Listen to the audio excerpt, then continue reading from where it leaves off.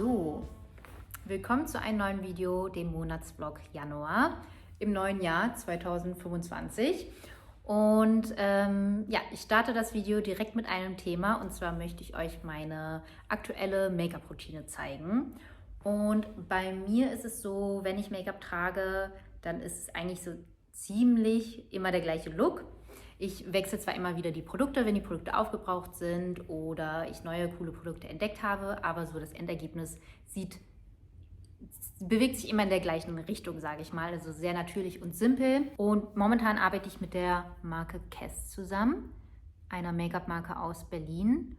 Und die machen jetzt den Großteil meines aktuellen, ja, so Daily Make-ups aus, was ich euch zeigen möchte. Und bevor wir beginnen, ich habe natürlich auch einen Gutschein, und zwar gibt es mit Nisi20, das blende ich euch hier im Bildschirm ein, bei Kess 20% auf alles. Ich schreibe euch die Details dann nochmal in der Infobox. Fangen wir mit dem ersten Produkt an, und zwar mit der CC Cream. Und das ist ein Produkt, was für mich gleich so einige Punkte abdeckt. Und zwar ist sie nicht nur ausgleichend, sondern auch feuchtigkeitspflegend und hat auch Lichtschutzfaktor, also SPF 30. Also ja, ist halt eine CC Cream. Also sie kommt zwar in verschiedenen Tönen daher, aber sie passt sich halt an. Ich habe jetzt hier die Farbe Light. Ich zeige euch das vielleicht erstmal am Handrücken. Also sie kommt erst so weißlich raus. Wenn man die einarbeitet, dann sieht man, dass sie so leicht getönt ist.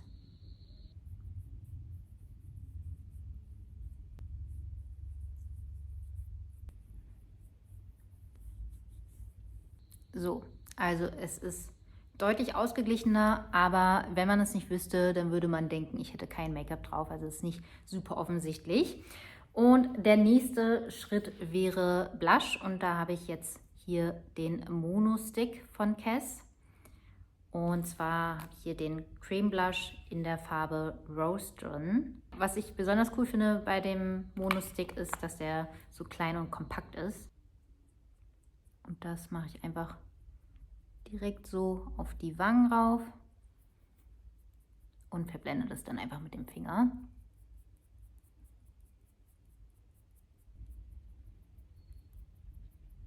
Das wäre jetzt der Blush in der Farbe Rose. Ich benutze dazu immer auch einen Bronzer. Also Bronzer ist auch so richtig mein Make-up Essential.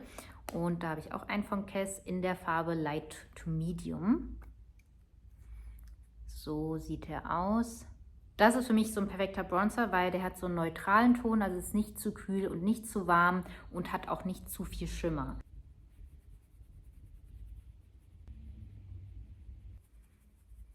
Und als nächstes kommen dann noch die Augenbrauen, und da habe ich den Easy Brow Pencil in der Farbe Light Brown.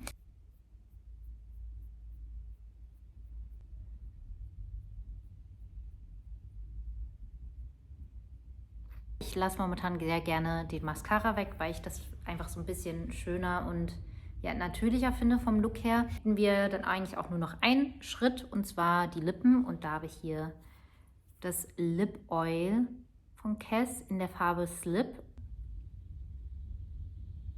Ja, also so ein bisschen Glanz auf den Lippen, ein bisschen Farbe. Und damit wäre mein Make-up fertig. Das ist so mein Daily Make-up. So ganz nach dem Motto No Make-up Make-up. Aber so fühle ich mich einfach am wohlsten. Und ja, wie gesagt, auf Kess gibt es mit dem Code NISI20 20% auf alles. Und ich verlinke euch alle Produkte und alle Details dann nochmal in der Infobox. Und ja, das wäre mein Daily Make-up. Die CC Cream und den Mono-Stick gibt es übrigens auch als Set. Dann hat man gleich beide Make-up Essentials zusammen. Ich habe jetzt eben noch mal schnell einen dunklen Lippenstift drauf gemacht, damit ihr auch noch mal eine Abwechslung habt zum normalen Alltags-Make-up. Aber da seht ihr ganz gut, der Bronzer und der Blush passt sehr gut zu dunklen Lippenstift. Und ich finde es auch ganz schön, wenn man zu dunklen Lippen einfach wirklich sehr, sehr schlichte Augen, ein schlichtes Augen-Make-up hat, also kein Mascara. Was man vielleicht überlegen könnte, ist vielleicht den Bronzer noch auf die Augenlider zu tun. So einfach jetzt hier so mit dem Finger.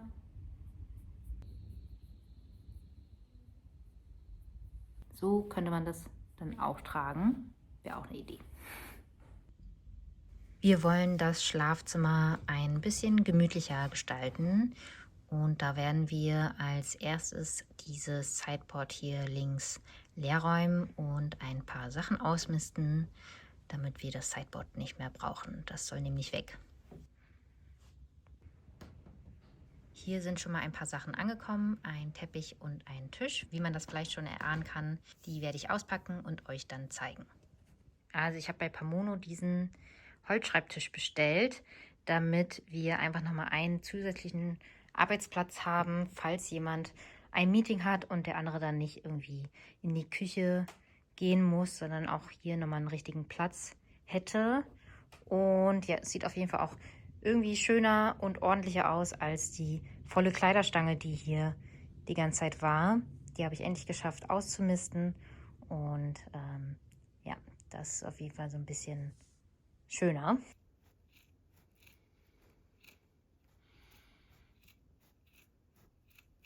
Okay, und das ist der Teppich. Der ist von Zara Home. Ich finde, die haben echt ganz gute Teppiche zu guten Preisen, muss ich sagen. Ich finde, im Bildschirm sieht der Teppich sehr farblos aus. Also in echt hat er eine schöne gelblichere Farbe, was so ein bisschen Wärme reinbringt. Aber hier im Bildschirm wirkt er fast schon weiß. Naja, jedenfalls war das nur noch das letzte Exemplar von diesem Teppich in der Größe 2x3 Meter. Wir wollten aber auch Teppich am Bett haben. Und da haben wir das dann so gelöst, dass wir einfach die kleinere Größe, die es noch gab, vom Teppich bestellt haben und dann in der Mitte einfach durchgeschnitten haben, weil wir wollen irgendwann sowieso einen geschlossenen Bettkasten haben und dann ist egal, dass halt nicht komplett unter das ganze Bett ein Teppich ist, aber so hat man halt schön direkt Teppich unter den Füßen, wenn man aufsteht und es passt halt zusammen und ich finde das eigentlich ganz gut gelöst.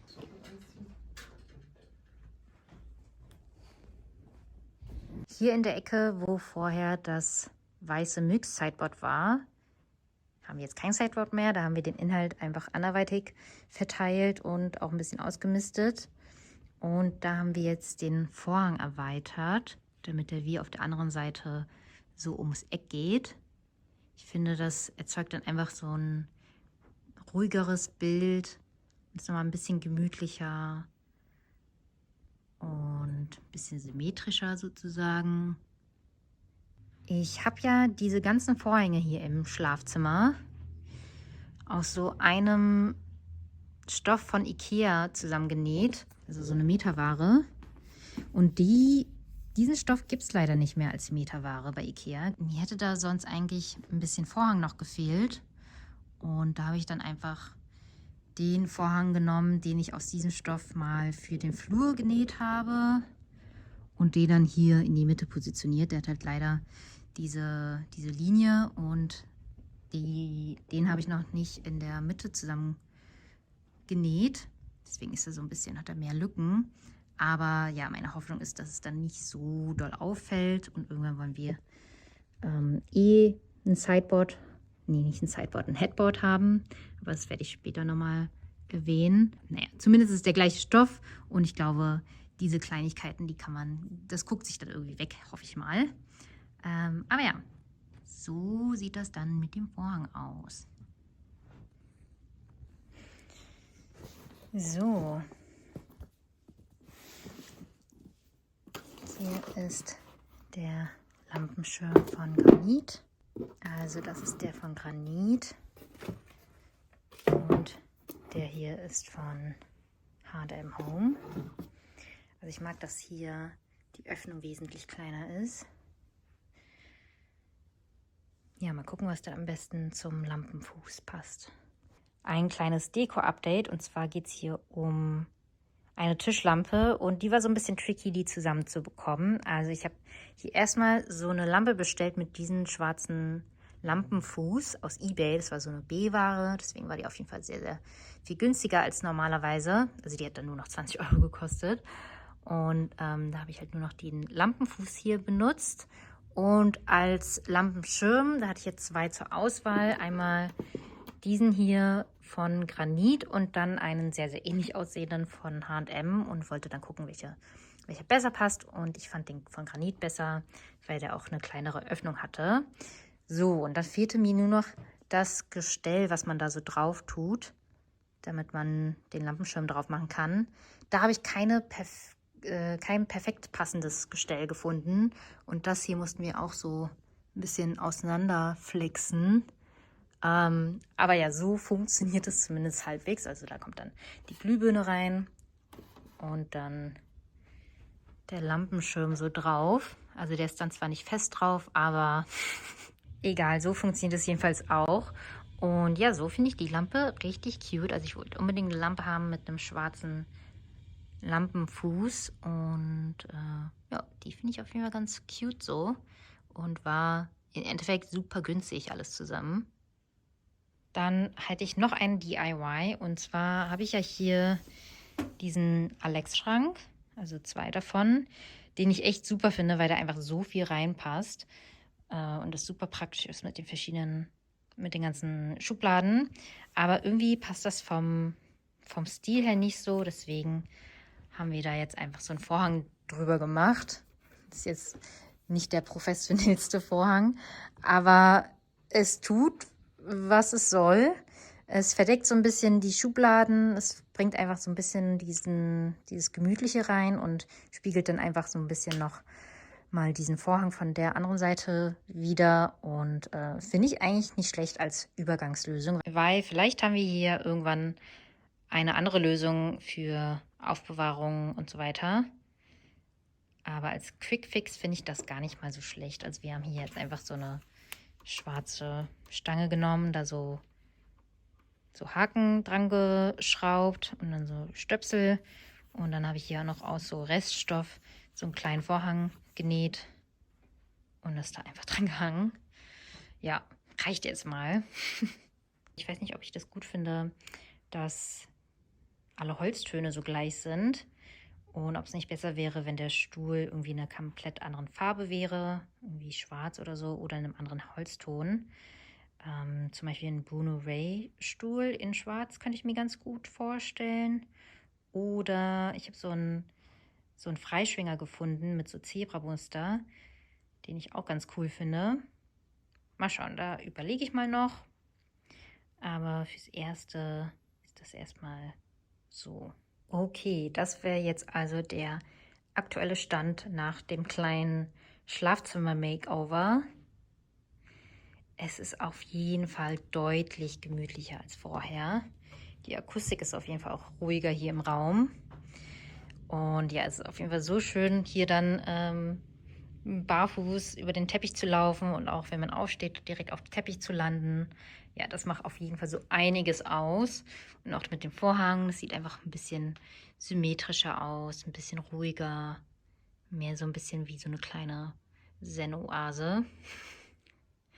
Ja, gefällt uns auf jeden Fall sehr gut. Und auch hier sieht es gar nicht so übel aus. Es kommen noch so ein paar Kleinigkeiten, also ein paar Deko-Sachen. Wie gesagt, das mit dem Stuhl klären wir noch.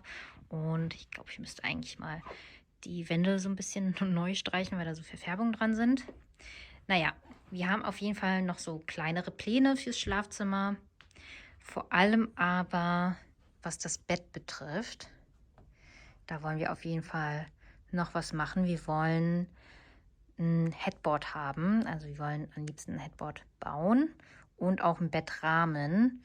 Und da hätten wir verschiedene Optionen. Ich werde euch mal so ein paar Inspirationen einblenden jetzt.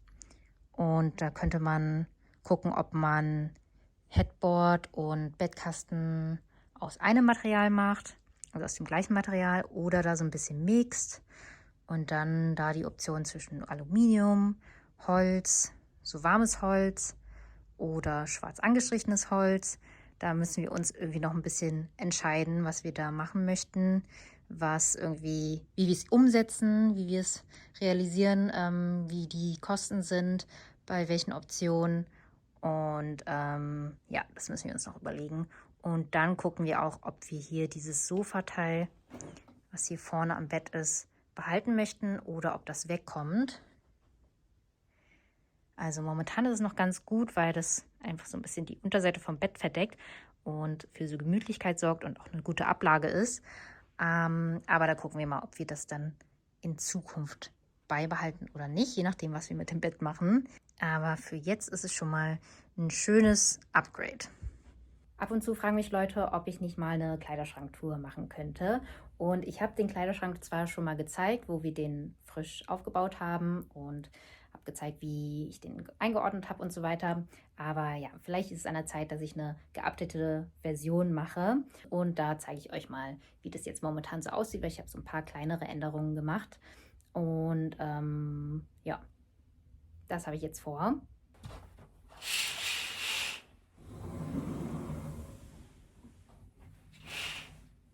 Ja, das ist so mein Segment mit meinen Hosen, Röcken, Kleidern und Jeanshosen.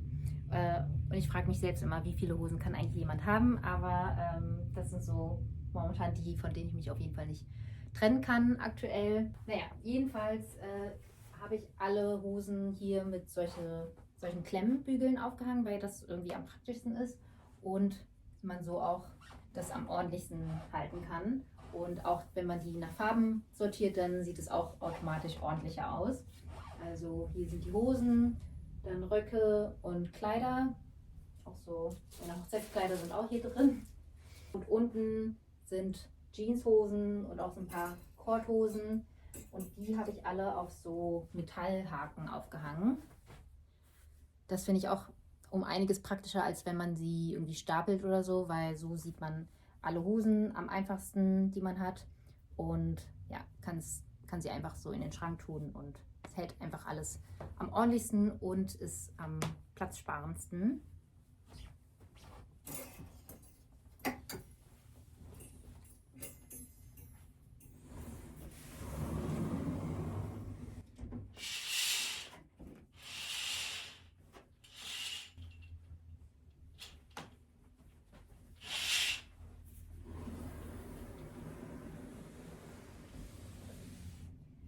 So, in diesem Teil haben wir meine Blazer und Hemden.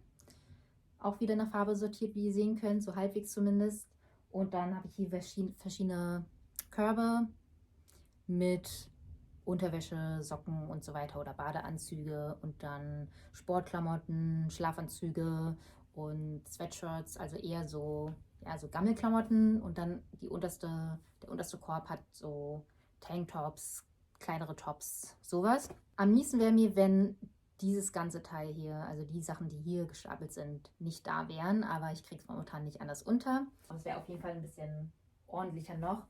Oder wenn ich noch einen Korb dazu machen könnte. Aber leider gibt es diesen Korb hier nicht mehr bei Ikea mit diesem Muster und irgendwie würde mich das stören, wenn der zusätzliche Korb nicht das gleiche Muster hätte. Also ich müsste irgendwann mal ein bisschen mehr aussortieren, dass ich nicht mehr diese Fläche hier brauche.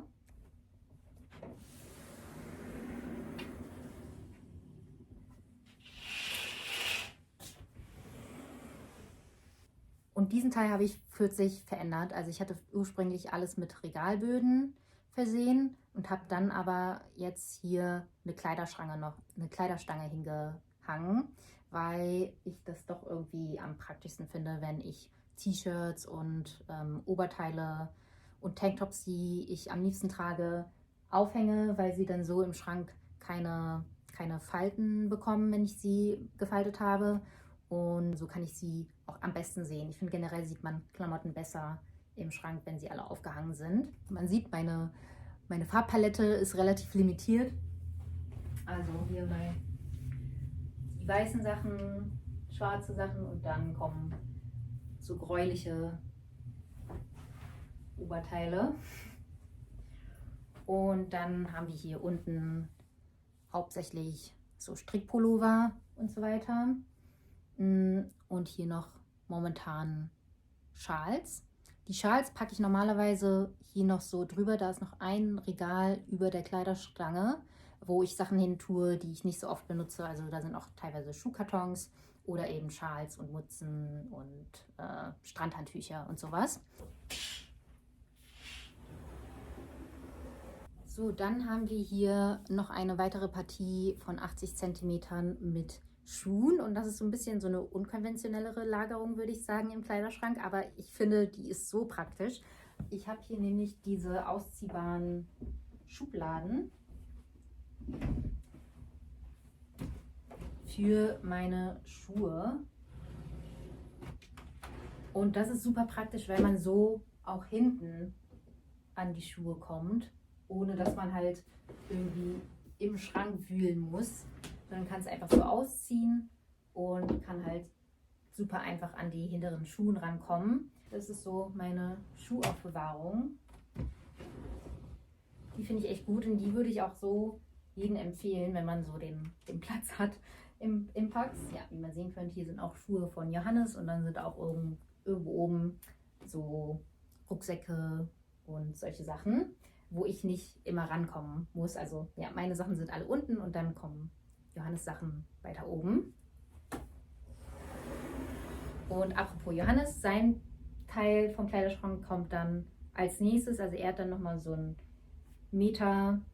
Meterteil vom Pax mit seinen Sachen. Und dann haben wir nur noch einen letzten Teil vom Schrank mit ja, so Winterjacken, Skijacken, hier Bettwäsche und so weiter. Und oben so ein paar Sportsachen irgendwie. Also so Boxhandschuhe und irgendwie sowas von Johannes. Ja, das ist unsere Schrankaufteilung.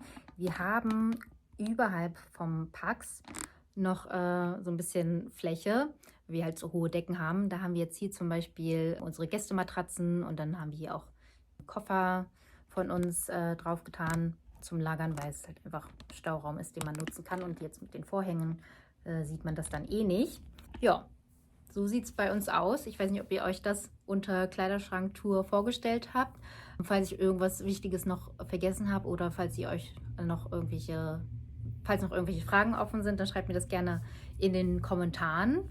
Und ja, dann hoffe ich, das war halbwegs interessant für euch. Und wir sind damit auch am Ende des Monatsvlogs angelangt. Das war der Monat Januar. Und ja, dann hoffe ich, euch hat das Video gefallen. Und wir sehen uns im nächsten Monat wieder. Tschüss! Does it